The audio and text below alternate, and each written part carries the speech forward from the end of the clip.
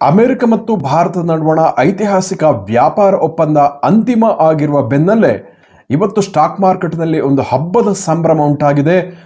ಸೆನ್ಸೆಕ್ಸ್ ಮತ್ತು ನಿಫ್ಟಿ ಬಹಳ ಏರಿಕೆಯನ್ನು ದಾಖಲಿಸಿರುವಂಥದ್ದು. ಈಗ ಬೆಳಿಗ್ಗೆ 10 ಗಂಟೆ 20 ನಿಮಿಷದ ವೇಳೆ ಆಗಿದೆ.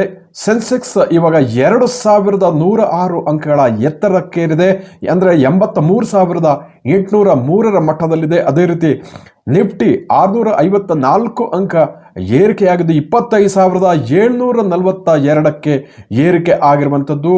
ಹಾಗಾಗಿ ಇವತ್ತು ಹೂಡಿಕೆದಾರರಿಗೆ ಬಹಳ ಸಂತಸದ ದಿನ ಅಂತಲೇ ಹೇಳ್ಬೋದು. ಮುಖ್ಯವಾಗಿ ಅನೇಕ ತಿಂಗಳುಗಳಿಂದ ನೆನೆಗುದಿಯಲ್ಲಿದ್ದ ಭಾರತ ಮತ್ತು ಅಮೆರಿಕದ ಈ ಟ್ರೇಡ್ ಡೀಲ್ ಮುಕ್ತಾಯ ಅಂತಿಮ ಆಗಿರುವಂಥದ್ದು. ಜೊತೆಗೆ ಟಾರಿಫ್, ಮುಖ್ಯವಾಗಿ 50% ತನಕ ಇದ್ದಂತಹ ಟಾರಿಫ್ ಇವಾಗ 18%ಗೆ ಇಳಿಕೆ ಆಗಿರುವಂಥದ್ದು. ಅಂದರೆ ಭಾರತದಿಂದ ಅಮೆರಿಕಕ್ಕೆ ಎಕ್ಸ್ಪೋರ್ಟ್ ಆಗುವ ಸರಕುಗಳ ಮೇಲೆ, ವಸ್ತುಗಳ ಮೇಲೆ ಟಾರಿಫ್, ಅಮೆರಿಕ ವಿಧಿಸುವಂತಹ ಟಾರಿಫ್ 50% ಇದ್ದದ್ದು 18%ಗೆ ಇಳಿಕೆಯಾಗಿದೆ.